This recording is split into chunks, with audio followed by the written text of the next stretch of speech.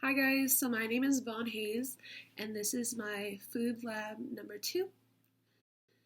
So the food lab number 2 was based on sports drinks, and so my model commercial drink was Powerade Zero Sugar Citrus Peach flavor, and some of the information Dr. D had already put in was that it had a pH of 2.92, so pretty acidic. It had 1655 on the TDS, 2 on the Brick scale, 5% salinity. Obviously, it's a sports drink. It's made by the brand Coca-Cola, and then it's marketed for athletes. And some of the information I found in regards to its macronutrients and micronutrients is that it's 828 milliliters per serving. There's no calories per serving. It's 150 milligrams of sodium per serving, which is 6% of the DRI. 35 milligrams of potassium per serving, which is less than 1% of the DRI. 8 milligrams of magnesium per serving, which is 3% of the DRI. And then 1 gram of carbohydrate, which is less than 1% of the DRI. And then any risk drinking Powerade is just simple side effects like headache and bloating. So, real quick, I was a little shocked when I learned about this. So why should we have sodium chloride in sports drinks? So it improves palatability, it helps maintain osmotic drive to drink, it reduces the amount of sodium to supply to the intestine, it maintains plasma volume, which is 135 to 145 milliequivalents per liter for sodium, and then it restores extracellular fluid after exercise, so anything that is lost. So the copycat recipe I need no calories citrusy peach sports drink. So the recipe is 20.3 ounces of fruit 2O peach flavored water. This right here. It's not going to blur out. There it goes.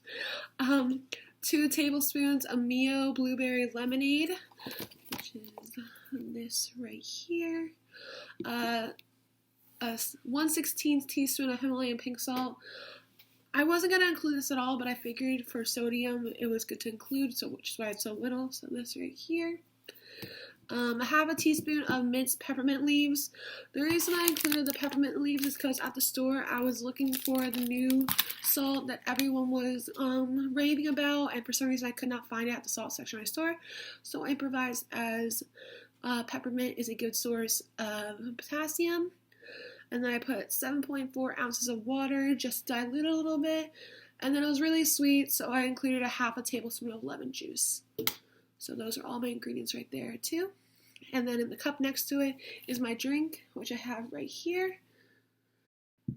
So the macronutrients on this is also 0 calories per serving, 1.5 carbs per serving, which is still less than 1% of DRI, 0 fats per serving, 0 protein per serving, 203 milligrams of sodium per serving, which is 8% of the DRI, 37 milligrams of chloride per serving, which is 2% of the DRI, 2.8 milligrams of potassium per serving, which is less than 1% of DRI, as well as 2 milligrams of magnesium per serving, which is again 1% less than 1% of the DRI. So then since our week was on fluid and electrolytes, I figured I would include amount of fluids this has, which again is 820 milliliters of fluid, and this is 41% of the standard DRI for non-athletes just in general.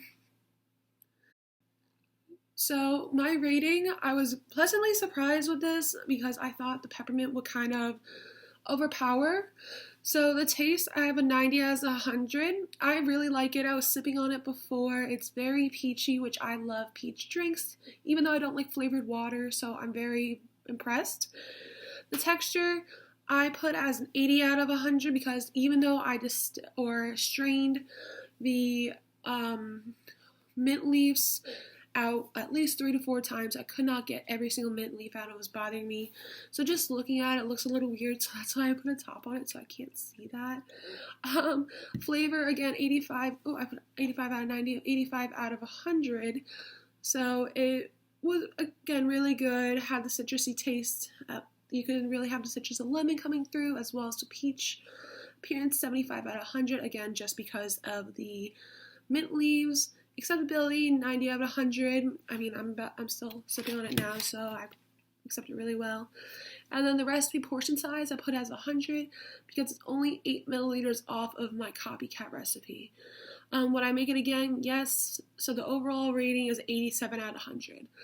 The only thing that I was a little upset about is that I didn't have my correct sodium to potassium ratios, and I blame that because I couldn't find the new salt, but it's still a good source of sodium, especially after working out. And then my cost analysis, so it ended up being $2.28 or $2.28 as the cost of the sports drink. And then my commercial drink, which was the Powerade, was $1.99 for the commercial drink.